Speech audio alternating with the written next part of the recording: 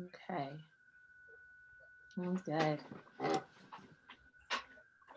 Hello, good evening, everybody. Thank you for joining us for our Impacted Community Members Climate Leadership Workshop. My name is Amy, and I'm the Volunteer and Jedi Director at 350 Colorado. And I'm one of your hosts tonight. And just real quickly, I'm going to pass it over to my co-host to do quick introductions, and then we'll get started. So I will pass it over to Julia. Hey everybody, I am Julie Williams. I'm the Communications and Development Director for 350 Colorado, and I will be co-hosting this workshop. We're still waiting for folks to be joining in, so we're going to get started here in just a second, and I'll pass it to Kate. Hi, hi, I'm Kate Christensen. I'm the Oil and Gas Campaign Coordinator for 350 Colorado. We're really excited to have you guys here. Awesome. Kate, just the FYI, it was a little quiet, so make sure you're speaking up. Okay, I'm going to start screen sharing. And then who's going to be watching to be letting folks in as they arrive?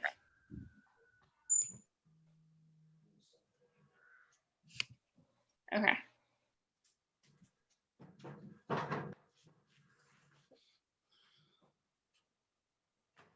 Okay. All right. So welcome to our climate leadership workshop this evening. We're going to first, on the next slide, go through a little bit of Zoom logistics. Please keep yourself muted unless you are speaking. If you're on the phone, to toggle mute and unmute, it's *6, and to raise your hand, it's *9. If you have questions, please put yourself on stack in the chat box by using an asterisk, or wait until a Q&A section. If you're having any technical issues, we're happy to troubleshoot before we get started. All right, and also this is our agenda tonight. We're going to go through, we're going to do some introductions from us. We're going to have you guys do it in the chat, a little icebreaker action. We're going to talk about storytelling, movement strategy, campaign strategy, local regulation, campaign brainstorm, and then we'll finish up for the night. So go ahead and introduce yourselves in the chat. We don't have time tonight due to the great content we have planned tonight to do a go around of introductions, but we'd love to hear from you in the chat.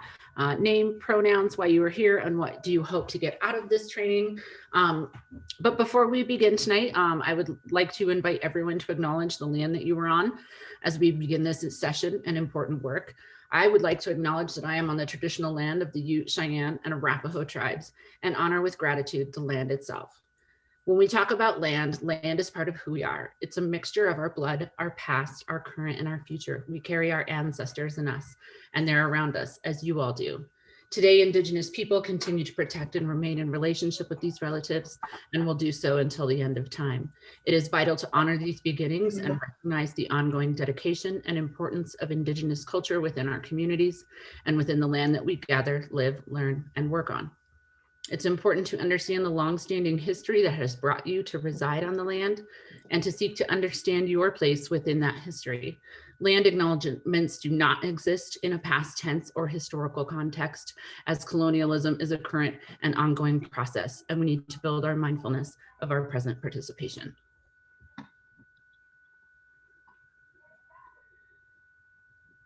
Don't be shy, introduce yourselves in the chat.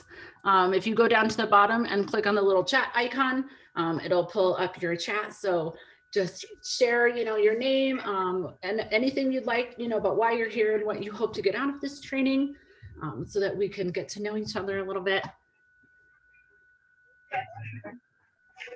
Hello, my name is Peter Champ. Can everyone hear me, first of all? Yeah, I'll assume you can. And I'm actually in New York City at the moment, walking along the Hudson River with my family. We're on a little trip. I live in Longmont. I helped write the language for the Proposition 65 fracking ban in Longmont in 2012, and that was very successful. It was struck down by the Colorado State Supreme Court, but it ignited a fire of activism up and down the Front Range. And so I consider that to be successful. I've not done very much since then, but I want to get back involved, particularly looking just 3 miles south of our 287 and 52, the intersection of those highways. They're talking about building 100 well pad. Peter, I appreciate the backstory, but we do have to get started. And we said to introduce yourself in the chat. Okay. Thanks. All right, so on the next slide, we're going to talk about our pillars of action. Just for a quick overview of 350 Colorado. For those of you who are not familiar with us, I'm sure lots of you are, but we're here to build a powerful grassroots movement to keep all fossil fuels in the ground and to promote just and equitable solutions. And the reason that you are all here today is because of this. This is a map on the bottom side, the small map. That is a map of all the wells in Colorado, all of those dots. And it's mind blowing. Every time I look at that picture, I feel my stomach drop. And then on the right-hand side here is some air toxic risk in Colorado. So we have over 50,880 oil and gas facilities. We have 13 of our counties are at risk for an elevated cancer risk concern. And we have over 356,000 Coloradans live less than a mile from an active oil and gas well. And that we can't have it. So the first thing that I want to talk about tonight is storytelling. And this is one of my favorite things. What really touches us are all the stories, because stories tap into something true. If you tell an audience your story, no matter how young or old they are, they will listen. By telling our stories, we build trust. Revealing aspects of yourself allows people to understand you as a leader. And that's how we make the movement powerful and deep. All our lives, we've heard stories like the story of Rosa Parks refusing to give up her seat on the bus, or Nelson Mandela writing his book from jail. And stories like the story of Rosa Parks and Nelson Mandela really help us connect to the humanity of the people involved in the movement and feel inspired that the act of just one person can change the world. Stories are also really important because they help us remember specifics. A lot of times when we only tell facts, our audience won't be able to recall what they learned the next day. But stories, people remember stories. So that's what this section is about, is learning to tell your story. We will build up your personal story about why you do the work that you do and what has inspired you to want to change the world. And by the end of this, you'll have like a solid start to your story that you can share with the world. You know, our lives are our stories. We all have events and places that have helped shape who we are. By telling our personal stories of challenges we have faced, choices we have made, and what we have learned from the outcomes, we can inspire others and share our own wisdom. Stories are super specific. They show a very particular time, place, setting, mood, even color, sound, texture, and taste. And the more you can communicate this, the more power your story will have to engage others. And you may be thinking to yourself that, like, my story doesn't matter, and that people aren't interested, but you shouldn't be that you shouldn't be talking about yourself. But when you do public work like this, sharing your story and allowing the people you are working with to understand like who you are and where you're coming from and what brought you to this work plays a really important role in building your success and the campaign's success. So sometimes, you know, like people think if they get the opportunity to speak, they should talk about the issues, and that it should, you know, it would be egotistical to talk about themselves. But telling your story and what is true to you actually helps people understand why. you know, why it is that they should be listening to you in the first place. It helps them connect to you on a human level before they connect with you on a political or issue-based level. So we're going to dive into building a story that's based on pieces of our personal stories that can be helpful in your organizing and help build leadership. We're going to learn a story technique that has been used across the world with some truly great art organizers. Marshall Gantz, who's a civil rights activist from the US, who organized alongside Cesar Chavez in the farm workers movement in California, created this method, and it's spread across the world and has been picked up and used by all kinds of people, you know, from youth organizers to our former president of the United States, Barack Obama, back when he was an organizer on the south side of Chicago. So without going any further on this, I'm going to jump into my story and what brought me to fight fossil fuel infrastructure. So then we'll get into building yours. So my story of self. So my name is Amy, and I'm a mom with a bachelor's in social work, and I wasn't happy with my career, and I wasn't happy with where I was, and then I had 2 kids, figured out I needed to go back to work, wanted to go back to work, and I ended up having climate change affect my entire family. Our house almost burned down in the Waldo Canyon fire in Colorado Springs about 8.5, 9 years ago. And it was one of the most devastating wildfires to our area.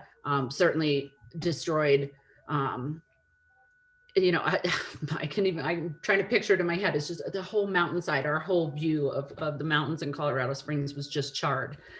And I remember thinking about how this came to happen and how all of these fires come to happen in Colorado. And then the next year we experienced floods, and it was really scary. And I had 2 young kids, and I kept thinking to myself, how am I going, what's my legacy going to be? Like, how am I going to change the world?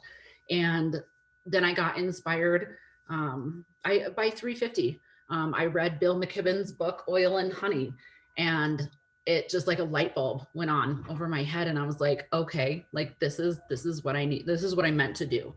And so I started out just like you, like following 350 on social media and signing up for emails and listening to Bill McKibben talk and reading articles. And through a series of events, ended up at Standing Rock. And when I came back, I was so radicalized and so changed that I had to work in my local area. And the one thing that we had in our downtown area was a giant coal plant in the middle of our downtown. And I would watch the plume come, and then I would watch an inversion happen on the west side. And when we lived on the west side, I would watch it settle on our side of town. And I just imagined my 2 young kids breathing in all of those particulates and everything that was in that. And I knew that I had to figure out how to do something like this. So I did some research, found out it was 350 Colorado Springs that was working on this. And that's where I met my mentor and wonderful friend, Leslie, who was a board member at 350 Colorado and a team leader here. And I jumped in to the Martin Drake coal plant fight head first. And 4.5 years later, we won our campaign, and we were able to secure the decommissioning of the coal plant downtown and the one outside of town. And through this journey, I learned grassroots movements and people power and working together in community and coalitions and building relationships and sticking to it. 4.5 years is a long time to work on a campaign. And then when we finally won that, it was the most amazing, joyous feeling I've ever had. I just cried because I had worked so hard on that, and I knew what the decommissioning of that plant meant to my local community. And through all of this journey, I ended up working at 350.org. And then I ended up working at 350 Colorado, which brought me here today. And so I use my story of self telling this story. I would tell this story every time I spoke in Colorado Springs, and every time I talked about the coal plant in press conferences, to the media, at rallies, in city council meetings, utility board meetings. I would pour my heart out and tell the story, you know, tell my story and how I got here and how much closing this plant means to me, because how much, you know, I love my kids and I love my local community, and that we all deserve clean air, clean water, and clean soil. So that's that's an example of how to tell your story of self, and how to tell how you got from here to, you know, to now to us. And so in my story, I started out talking about myself and talking about my journey. And then I talked about us. I talked about how I became within this movement. And then I brought it all the way till now, to where it brought me here, to you. Whew. Next slide. All right. So what we're gonna do a really fun exercise here in a couple minutes. But the purpose of your story of self is to begin to create common ground with your audience by telling a story that reflects the values that brought you here to do this work, and where those values came from. And so you choose a story of self that reflects the values that you will call on in your stories later of like us and now. So I want you guys all to take a minute and reflect and think about the turning point that brought you to action. What is it, you know, what is it that we're going to work on? We're going to work on story of self for 10 minutes in breakout sessions. You're going to go into pairs and you're going to tell your story of self to each other. But first you want to start by thinking who it is that you will be talking to, and what it is that you want them to do.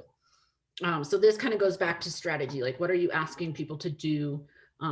You know, are you asking them to join the campaign? Are you asking them to join your local team? Are you fighting, you know, the fossil fuel infrastructure? So, you know, just take a minute and think about that. Think about your audience, you know, and my story changes depending on who I'm telling it to. If it's the mayor of like our town or our city council, you know, it's very different. And I try to be more emotional, and I try to give more points that pull at the heartstrings of the people that make the decisions. So we're going to get started on this. You know, just think about like, why am I speaking in front of these people? What do you want them to do? And is there something I would want them to do before leaving the room?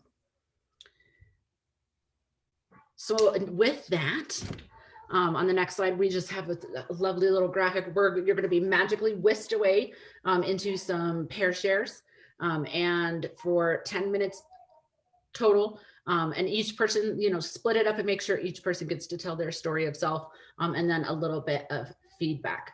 So you'll see a little box pop up in the middle of your screen when Kate opens the breakout rooms, and off you go.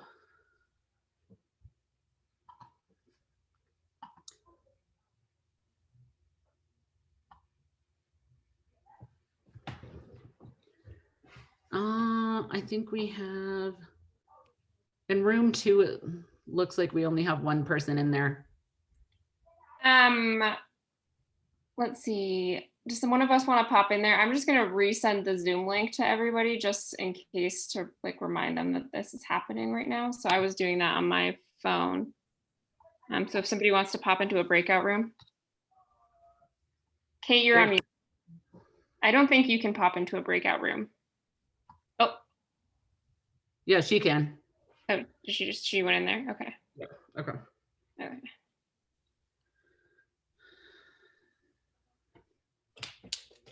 Sorry, I get all wrapped up in story of self and I talk too long about it.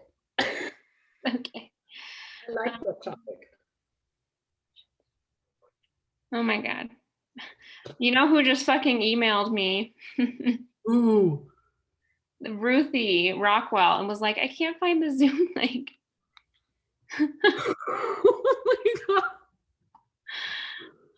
Oh my God. She's funny. That is just too much. Okay, I'm trying to do this really quickly. We might want to, well, whatever. We'll just roll with it.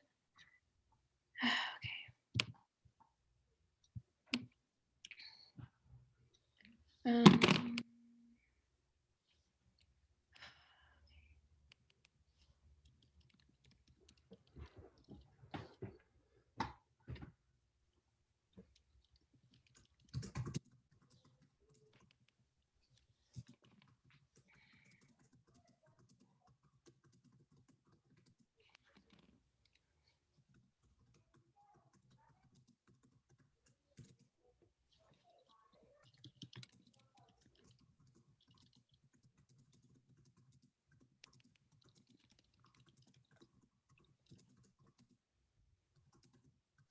what the name of this freaking form is?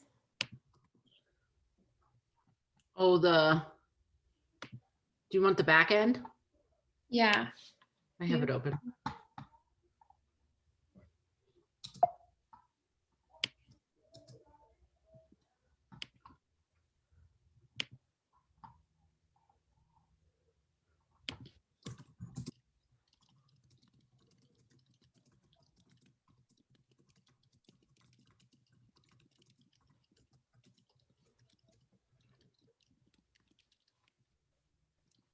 Can you drop it? Where are you putting it? In the chat. Oh, okay.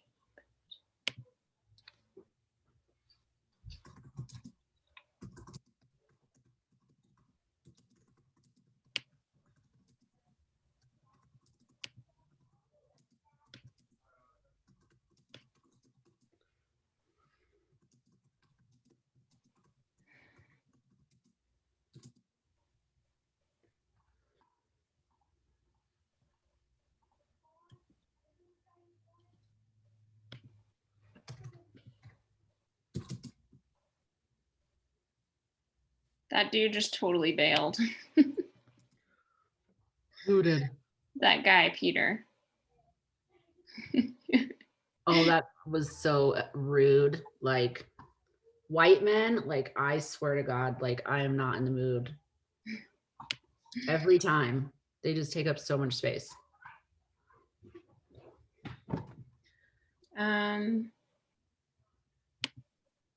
Okay, looks like there's a person, Janice. Oh, are you inviting me? Hi, Janice. Oh, she's connecting to audio.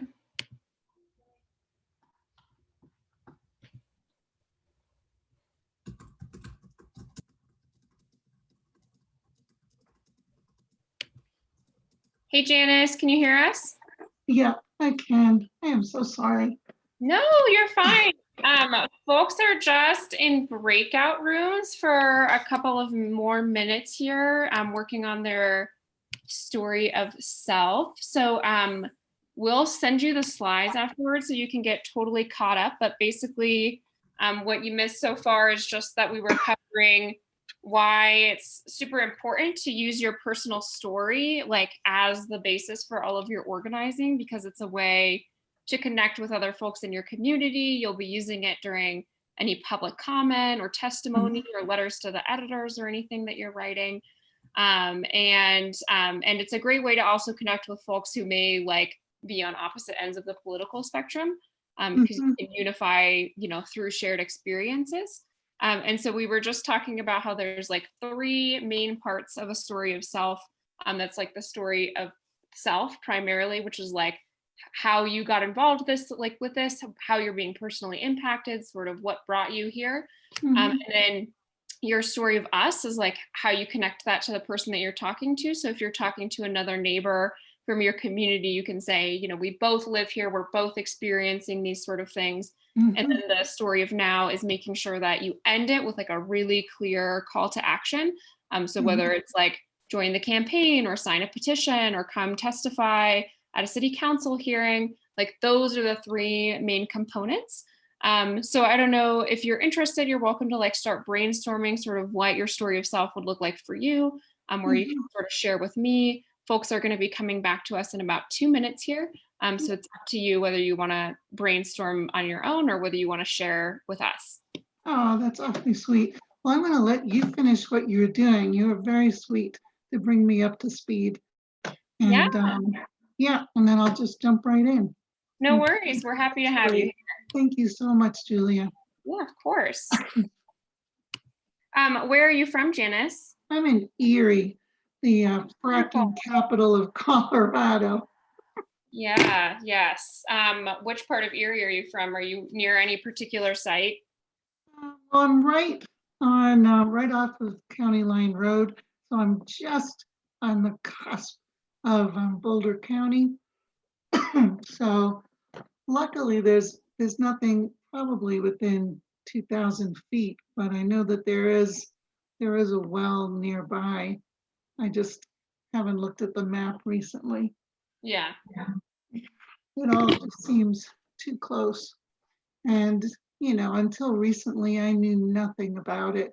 So I'm just kind of starting my education now, and there's nothing that's pulled on me like this. Yeah. I want to learn as much as I can and do whatever I can. Yeah. Did you happen to attend our tour de Frack last week? No, but I saved the recording. Perfect. I'm hoping to look at it very soon. Yeah, I think that has a lot of great info just in terms of like background information on fracking. I And think then, I saw the initial animation, which was so good. That was excellent. yeah, Ted did a good job with that one. Yeah, And then, yeah, so this workshop will cover more a bit of like about how you can work to organize your community. Mhm. And I know there's other folks in Erie that we can connect you with if you're not already connected with them. yeah. There's a really great Facebook group and some really knowledgeable and dedicated folks in there.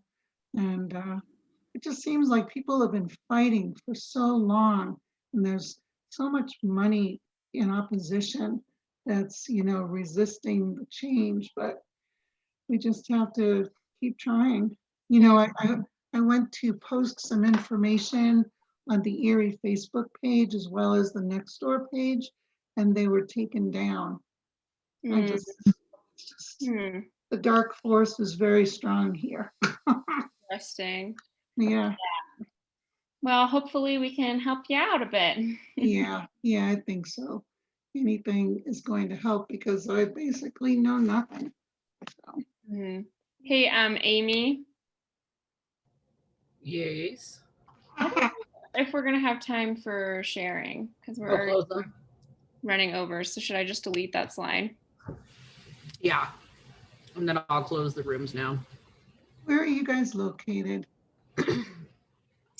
Amy's in Colorado Springs, and I live out on the western slope in Carbondale. Wow, it's so great that you guys are doing this. Really great. Amy, I don't know if you can close breakout rooms. Let me just text. I totally did. They've got 40 seconds. I'm gonna share my screen again. I'm gonna see if I can get this to work. Okay.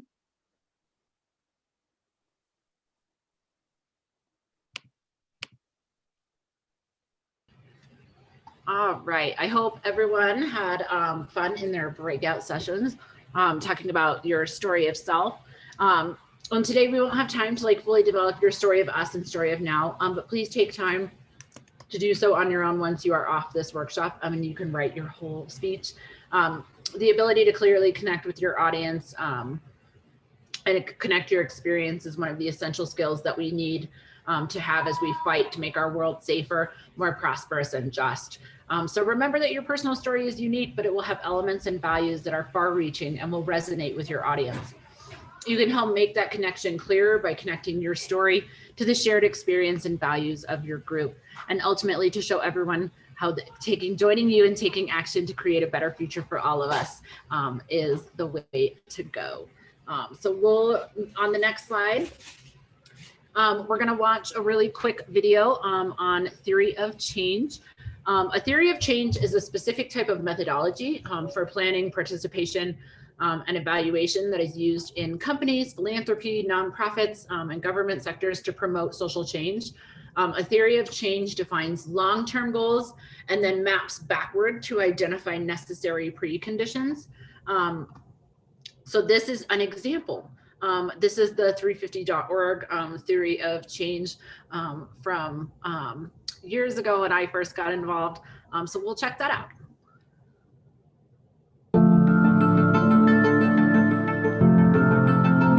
Our fight against climate change is a battle over power. But not only the kind of power that runs our cars or keeps our buildings warm. We need to take back the power that the fossil fuel industry has over society. Fossil fuel companies are the wealthiest and most powerful corporations on the planet, and their core business model threatens all of us. For decades, they have corrupted our governments, ravaged our planet, and treated the atmosphere like an open sewer. while the impacts of climate change devastate the people who've done the least to cause the problem. We believe in a sustainable and prosperous future, which is socially just and economically fair. Our mission is to inspire, train, and mobilise people to bring power back to citizens and create a thriving global movement. To put the heat on the fossil fuel industry, drive our leaders to act, and create the climate solutions the world needs. We will confront the power of the fossil fuel industry, dismantling their social licence and stopping their projects on the ground.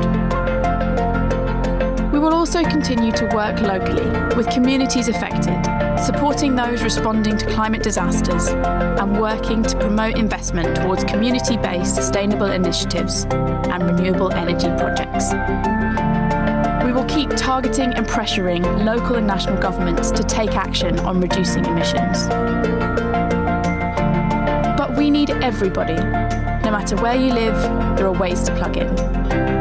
Whether it's joining our campaigns online, organising for climate action in your community, or joining a mass mobilisation to move beyond fossil fuels and to a clean energy future.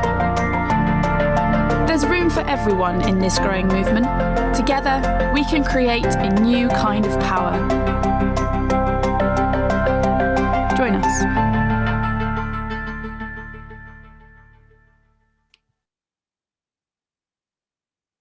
Awesome. I love that theory of change video because it really defines like how, like, you know, what we're going for, how we're going to get there, what we need, and how you can get involved. And that's important when thinking about a campaign and thinking about, you know, your local community, is kind of thinking about a theory of change that will help organize people and resonate with the folks in your area.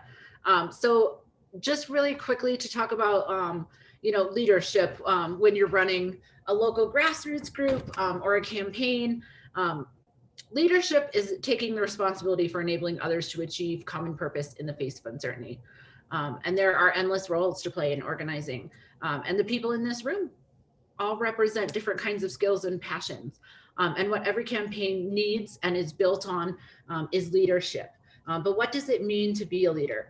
So these are 3 models of leadership. And there's the one down in the far right corner that's leader in the middle. And think about if you've ever been in that situation in a group where one person took responsibility for the whole group and maybe just delegated tasks to other members. And think about, how did that work for that leader? You know, did they get stressed out? Did they get sick? Or was it you, you know, were you able to maintain that level of responsibility for so long? And then the one in the middle is a lack of leadership. And this is one where there's no clear leadership, where everyone just kind of independently, you know, does whatever they thought was best at the time. And, you know, that you think about that working, you know, did you duplicate efforts often? Do you feel like you knew what others were doing? What, you know, what kind of challenges arise from that model? And these first 2 that I just talked about, they may work for specific groups, but they often leave their group with unresolved, you know, issues around hierarchy and accountability. So we really like to promote the Snowflake model of leadership, which is this one up here at the top. And this is where we see shared responsibility between many people who are linked together by commitments, trust, and accountability. And what's different in this model of organizing is that, you know, the leadership team is more resistant to problems like burnout, lack of accountability, that are like in the last 2 that we talked about. So think about if you've ever worked in that. And so when we organize, this is the model that we like to use and we like to promote because we're building our work on a structure of relationships, commitments, and trust, that everyone will do what they say they will do. When we behave like leaders, this means that we're modeling that for everyone that we're working with. And we're building ultimately a culture of accountability. So spectrum of allies. I'm sure maybe you've heard this term, maybe you haven't. But activism is about using your power and voice to make change. And organizing is about that too, but it's also about activating and empowering others. And it helps us to think in terms of groups. Successful movement building hinges on being able to see a society in terms of specific blocks or networks, some of which are institutions, like unions, churches, schools, and other which are less visible or cohesive, like youth subculture or demographic groupings. But analyzing your spectrum of allies can really help you identify and mobilize networks around you. A spectrum of allies analysis can be used to map out a local campaign or to strategize for a whole social movement. So here's how the spectrum of allies works. In each wedge, you place different individuals, and you want to be specific, like name them, groups or institutions, and moving from left to right, identify your active allies, people who agree with you and are fighting alongside you. Your passive allies, those are the folks who agree with you, but aren't really doing anything about it. There's the neutral defense sitters, they're unengaged, kind of, okay. And then there's the passive opposition. They're also, they don't agree, but they're not actively trying to stop you. And then finally, your active opposition. So some activist groups only speak of work with those in the first wedge. Active allies, building insular, self-referential, marginal subcultures that are like incomprehensible to everyone else. Others behave as if everyone in the last wedge, the active opposition, playing out the story of the righteous few, acting as if the whole world is against them.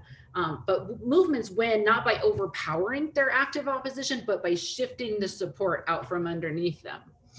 So my favorite story is a story from 1964. And it's about SNCC. And SNCC was the Student Nonviolent Coordinating Committee, and it was a major driver of the civil rights movement in the US South. And they conducted a spectrum of allies analysis. And they determined that they had a lot of passive allies who were students in the North. And these students were sympathetic, but they had no entry point into the movement. They didn't need to be educated or convinced. They just needed an invitation to enter. So to shift those allies from passive to active, SNCC sent buses north to bring folks down to participate in the struggle under the banner called Freedom Summer. And then students, they came in droves, and they were deeply radicalized in the process, witnessing lynchings, violent police abuse, and angry white mobs as a result of Black people trying to vote. And we see the same situation of deep radicalization now, especially in what we're watching go on in our world. Standing Rock was something that was deeply radicalizing, the brutalization of Indigenous people and the militarization of our police. George Floyd and the movement last summer are two more modern examples. But remember, like in most social change campaigns, it's not necessary to win the active opponents over to your point of view, even if the opponent is the target. It's only necessary to move each of the pie wedges one step in your direction. And you can make your passive allies become active, and you can win. So, what ended up happening was like many of these students wrote letters home to their parents who suddenly had a personal connection to the struggle. That triggered another shift. Their families became passive allies, often bringing their workplaces and their social networks with them. And the students, meanwhile, went back to school in the fall and proceeded to organize on their campuses. More shifts. And the result was like a profound transformation of the political landscape of the US. The cascading shift of support, and it's important to emphasize, this wasn't spontaneous. It was a part of a deliberate movement strategy that to this day carries profound lessons for movements. Awesome. Thanks so much, Amy. Can y'all hear me still? I think I'm off mute. Amy, can you hear me? Yes. Okay, wonderful. Awesome. So we're going to dive into a bit here about campaign strategy. So all of the things that we've been learning so far are going to feed into this. I think as much as everyone knows here, if we're interested in passing local regulations on fracking or making any change in our world, likelihood is if we just ask for it, we're probably not going to get it, especially when it's something divisive like this issue. And so that's why it is so incredibly important for us to think strategically about our campaign, who our targets are, what our tactics are, and setting goals to hold ourselves accountable to our various metrics for what we think is actually going to get us to a win. Because a campaign usually doesn't happen overnight. A campaign is a longer strategy. So some terminology for us to get ourselves started here. These are pretty self-explanatory. The goal is like, what do we want? In this case, it's probably that we want to pass local fracking regulations in our communities. The target, that's who is the decision maker in this? Is it our local city council members? Is it the mayor? Who is it? The strategy, that is how we're going to get to our goal. And the tactics are sort of like the checklist of things that we're going to do to get to our strategy, like specific items, specific actions, petitions, that sort of thing. The affected communities, that's us. We're the people who are impacted by this issue, our neighbors, our friends, our other folks in our community. And our allies are the people who are going to be down to help us, like other organizations, potentially businesses, other city council members or county commissioners who are friendly to this issue. So that's just some basic terminology that we're going to be using as we kind of move through this discussion. We'll talk a little bit about the local reg opportunity, and then y'all are going to have a decent chunk of time to start sort of brainstorming and practicing setting up a campaign and what that could look like. So this is just like a basic campaign arc. And I think that this is just really important for us because we have to set ourselves on that vision like we talked about, which is to protect our communities from this industry that's really impacting our health, our well-being, and our environment. And a campaign is sort of this more long-term thing that we're going to be doing to plan how we're going to get to that goal. So there is this thing called the escalating arc of a campaign. And so a campaign usually doesn't just start off right off the bat with like I think if any of us came here, we just were launching a new fracking campaign in our community, and we went outside of a county commissioner hearing and put their heads on puppets and said that, hey, y'all are killing our children. That probably would not be the best strategy to start with. Why? Because it could alienate potential allies that we might have had on the county commissioners by going right out into attack mode, right into nonviolent direct action. And so we have this thing called the campaign strategy arc. So basically the strategy is going to be like our long-term vision of what are the different steps that we need to take to sort of build this campaign, build momentum for this campaign so that we can reach our goals. So we want to be really strategic in terms of how we're thinking. Before we want to host a big march or a rally, we probably want to do list building and education for our neighbors first so that they come to the march. Otherwise, we're probably not going to have very many people there. So this talks a little bit about that arc.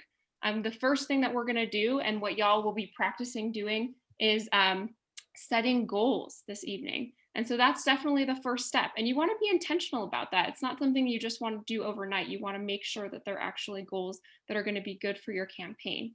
Then you want to educate your community members, build support, build an organization, and start initial negotiations with your targets. So this would be your city council, your county commissioners, whoever the power holders are in that situation. Then you start things like low-level confrontations. So that could be petitions. It could be a letter to the editor. It could be like a letter writing campaign or doing public comment at your county commissioner or city council meetings. And if that doesn't work, then we move to this higher level confrontation. So the important thing is that you may get your goal right at the beginning here. We don't know. That's why we escalate as we go on before going to these sort of like big, like a little bit more aggressive tactics right in the beginning. So I'm going to turn it over to Kate really quickly to talk a little bit about the opportunity for passing local regs because of the changes in state law that we've recently had. Hi, can everybody hear me okay? Yep. Yeah. Okay, it was too quiet earlier. So a couple years ago, the legislature passed SB 19-181, which was a big deal.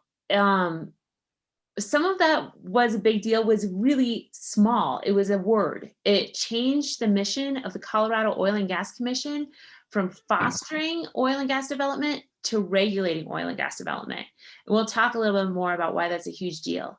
It also changed the makeup of the Colorado Oil and Gas Commission, and instead of a bunch of oil and gas volunteers, it professionalized the commission.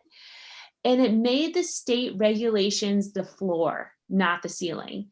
Before SB 181, communities could not pass regulations on oil and gas that were stricter than what the state said. And now we can.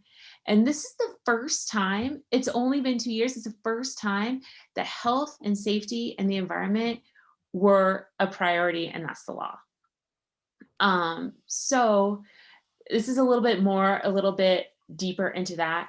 It means that health, safety, and the environment should be taken into consideration when it comes to oil and gas activity, but that is not always the case still. We need to keep reminding these officials, because even though it's the law, we have a lot of people who are staff at the county commissioner, staff at the city council, staff at the Colorado Oil and Gas Commission. They're still operating in the old mindset, and they need to be hearing from us. Regulating, the reason that's a big deal instead of fostering oil and gas development, means that the state is not required to promote oil and gas, but that oil and gas operations need to follow the state's rules. A lot of times it doesn't feel like that on the ground now. It doesn't feel like this has changed much, but that's why we need to keep pushing. Local governments can go beyond state requirements now and put in regulation beyond state rules. The 2,500 foot setbacks, for example, are something that we can push for at the county level, at the city level, even if it's not in the state. 2,000 foot setbacks at the state level is what the Colorado Oil and Gas Commission has put forth. So those are just some, it's not the whole bill, but those are some of the opportunities that are new for us to be working on oil and gas regulations. Awesome. So we just wanted to sort of frame the rest of our campaign strategy discussion before we head into our brainstorm with that in mind, because it's really important as we're moving through the next couple of slides. Like, I want you all to be thinking about, we'll have some opportunities for engagement here. Like, how does the things that we're talking about apply to this opportunity with local regs? And so what we're talking about today mostly is passing increased regulations on fracking through this municipal ordinance or resolution process, through your city council or county commissioner. And so those are the sort of the campaigns that we're going to be thinking about how we can build a winning campaign that's actually going to accomplish that. Just so to start off, and we're going to take 2 minutes, we're just going to do a tactic game. So basically, like we talked about earlier, the tactics are what we're going to be doing, like a checklist of items of little actions that we can be taking to sort of win a fracking campaign. So this could be petitions, it could be sending emails, flyering, so anything like that. So we'll give folks, like, we're gonna have 2 minutes here. If you just wanna really quickly hop off mute and just like blurt out a tactic, we're just gonna try and list as many tactics as we can in 2 minutes. Letter to the editor campaign.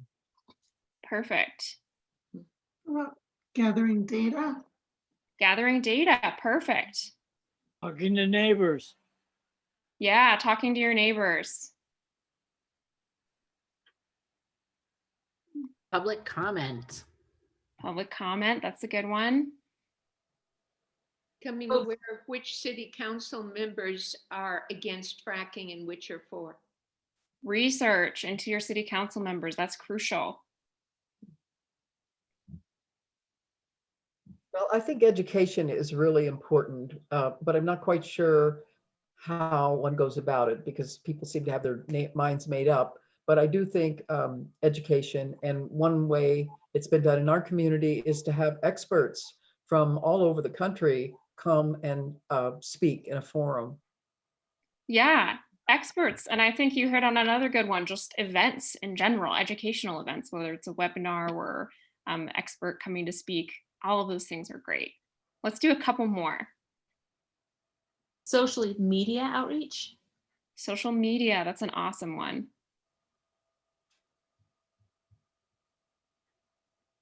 One more.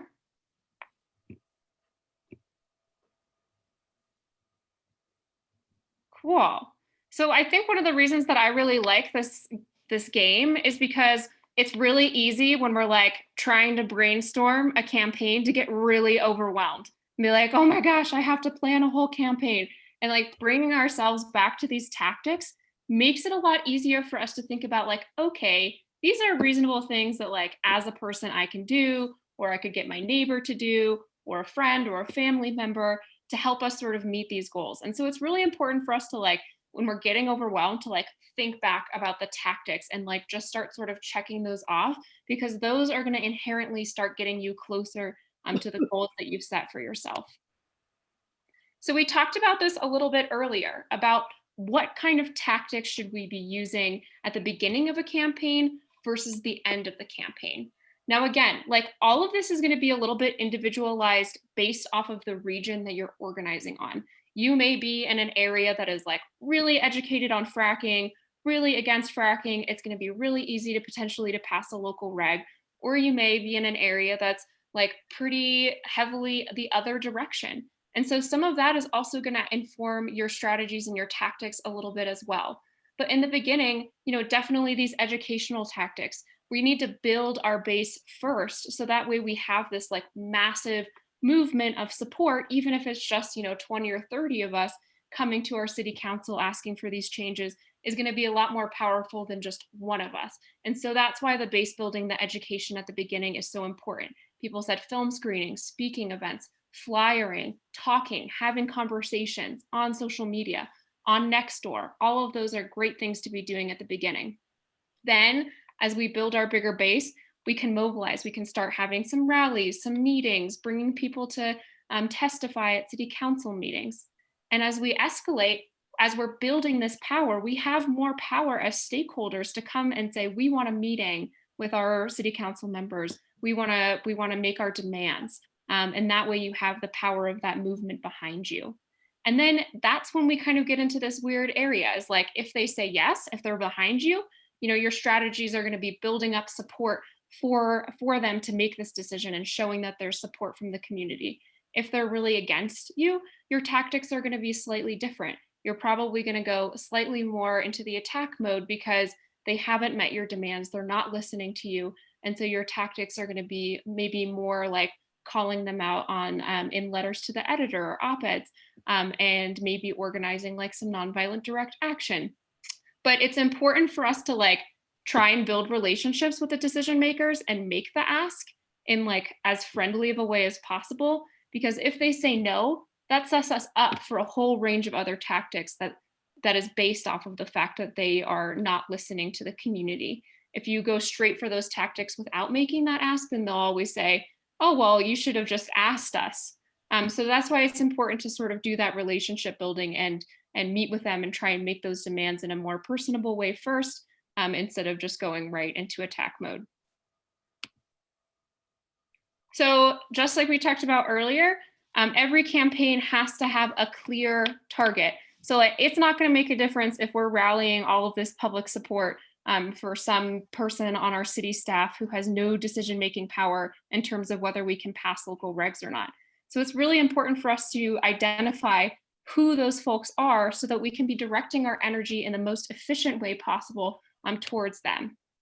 So I want to do a quick brainstorm. This is our campaign bullseye. So in the center, we're going to have our primary target. This is going to be who is the ultimate decision maker on whether we can pass local regs. In the second area, the secondary targets, usually the people that are in the center have these folks around them that are their influence circle, folks that are going to have a lot of say in terms of whether we pass local regs or not. And then the third target is people that are influencing beyond that. So I want to do just like a really quick brainstorm. If somebody wants to pop off mute and say what they think the primary target for a local reg campaign would be.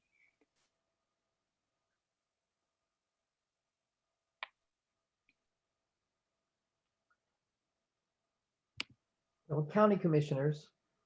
Yeah. Yep. So your county commissioners, or if you're looking at passing local regulations in a city or town, it would be your city council or trustees. Awesome. Who can brainstorm somebody that would be a secondary target that might be influencing the decision makers, the primary targets? A planning commission. Planning Commission. Awesome. I think another one that I think of a lot in this is like city staff. So a lot of the times the county commissioners are using the guidance of the staff. So maybe talking to them and making sure that they're educated and behind you on this issue as well is going to be really important because they're ultimately going to be looking to the advice of city staff. What about this third ring? Who else do you think might be influencing these two inner circles? The constituents, the Mm-hmm. people in the community. Yeah, constituents, businesses, other nonprofit organizations. The other thing that you want to think about here is also like who is influencing them the other way. So you don't want to just think about allyship here. You want to think about like who might be influencing all of these people. What I really encourage y'all to do after we get off of this call is, and when you're brainstorming your campaign, is to make this circle and write all of these people into this circle and use that as the basis. And then if possible, draw lines in between those people to know who's probably influencing them the most. So if you have your city council in the middle and you think the city staff are going to be influencing them the most, draw a line. If you think constituents are going to be influencing them, draw a line. And that way, you know, just like the spectrum of allies, like these people on the third, in the third ring, maybe they're not as important in terms of who is going to be making the ultimate decision. But if they're directly influencing the people that are in the middle, you want to make sure you're shifting them out of the passive support into active or one pie slice over. Cool. I'm going to pass it back to Kate.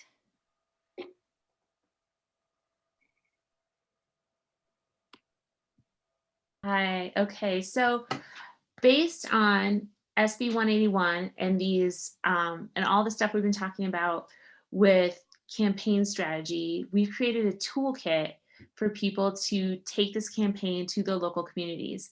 The toolkit includes who you can target, city councilors, county commissioners, just like we talked about, how to target them, writing letters to the editor, attending meetings, all the things that Julie just spoke about. And it has sample language for ordinances, sample talking points. We based it around the work that was done in Boulder County. Boulder County currently has some of the strictest regulations in the state, and we want people to be able to take that information and take those strategies and take those talking points, all that stuff that was already developed, and take it back to their communities to try and get stricter oil and gas regulations there. I think Simon, who's on this call, was really instrumental in this, that we had a lot of help from the NIWAT Environmental Club. The NIWAT High School Environmental Club was fantastic. So some points to consider, because it can feel kind of overwhelming. There's a lot that goes into oil and gas regulations at the county level, at the city level. Here are some points to think about when you're bringing, because one of the things in the toolkit is like bringing sample language and what you want to ask for. Each community is going to be different. One of the links in the toolkit is to Commerce City, because Commerce City has some of the strictest reverse setbacks in the state. So the setbacks, when you talk about setbacks, like if you remember 112, when that was going through, we talked about new oil and gas drilling from established buildings. Reverse setbacks are when they build buildings next to oil and gas wells that are already there. So that's the difference between setbacks and reverse setbacks.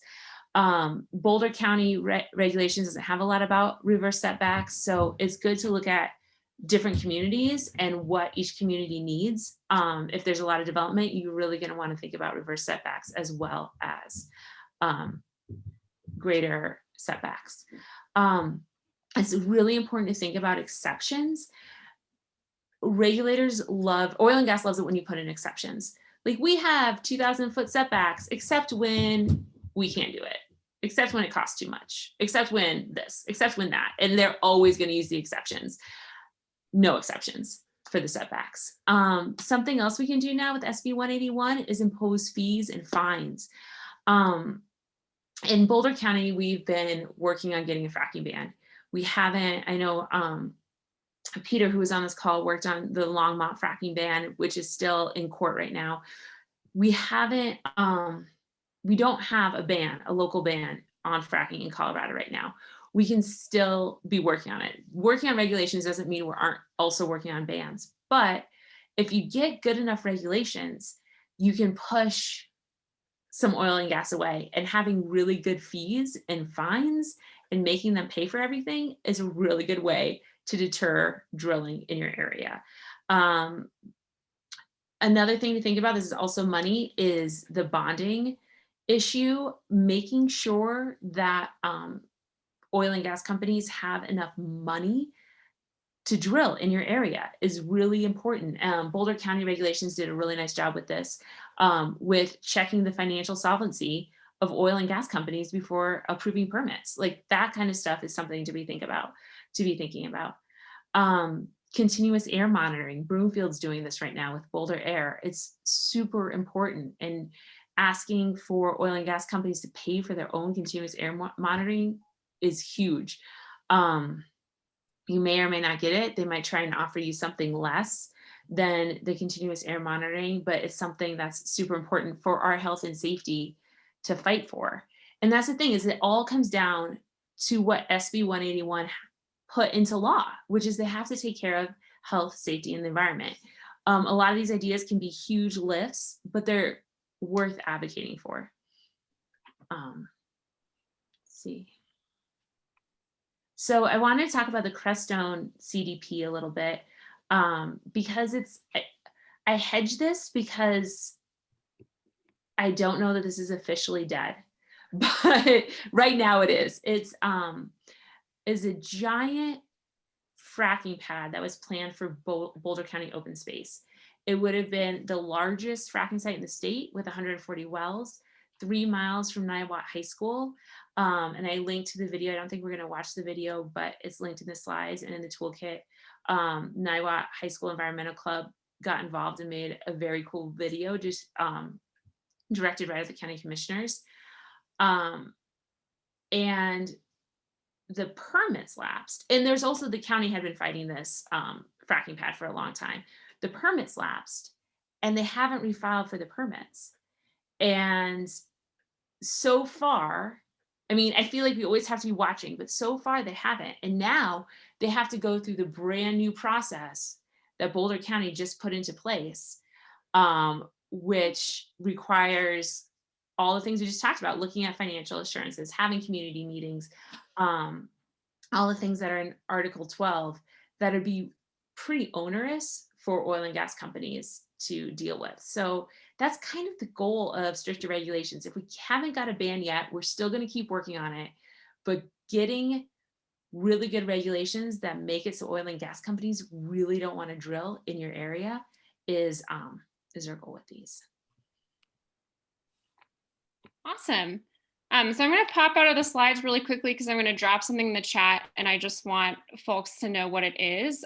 So the toolkit that Kate is talking about is this toolkit that we'll be sharing with y'all in just a few minutes, because you can use it when you're planning your sample campaigns. But it talks a little bit about the process here of planning a local ordinance campaign or a local resolution campaign, which is how 350 Boulder or Boulder County got those regs, and how a lot of counties have gotten stricter regs on fracking, and what we're advocating for y'all to be doing. So it's got some really good ideas here in terms of like how to go about planning this campaign, some of the various steps, like what the basic process for planning a local resolution or ordinances and getting one passed. And so I just wanted to let y'all know, we're going to be dropping this into the chat, but this is the toolkit that she's talking about. This is going to be available to you from here on out so that you can use it today and later in terms of, step by step, what should you be doing in terms of a campaign. And so we're going to be practicing that now. We're going to be heading into some breakout sessions where we're going to practice planning a campaign. Now, I want to preface this by saying, y'all do not need to know exactly what local regs you want in this moment. That's a complicated issue. Probably going to have to talk to your community members about it. We can help you, putting together language and finding sample ordinance language and figuring out what is best for your community. But today I want you to sort of just like set this general vision, like we talked about earlier, that you want to pass stricter fracking, the strictest possible fracking regulations in your community. And what we're going to do is we're going to practice sort of doing the campaign strategy thinking that we talked about earlier. So I'm also going to be dropping in the chat here in a second a worksheet that we've put together for y'all. So you'll make a copy of it, and then you're going to be planning out your goals and then some of the strategies and tactics that you would use to meet those goals. It doesn't have to be perfect. The goal of this is really just to get you guys starting to think about what a campaign could look like, what are some of the tactics, so that way when you leave this call and you go back to your community members, you have an idea about how to lead this process with other folks in your community as well. One thing to be thinking about with this, with your goals, is this idea of SMART. So I listed this in the tool, the worksheet as well, but with your goal setting, make sure that you are being specific, measurable, attainable, relevant, and time-based.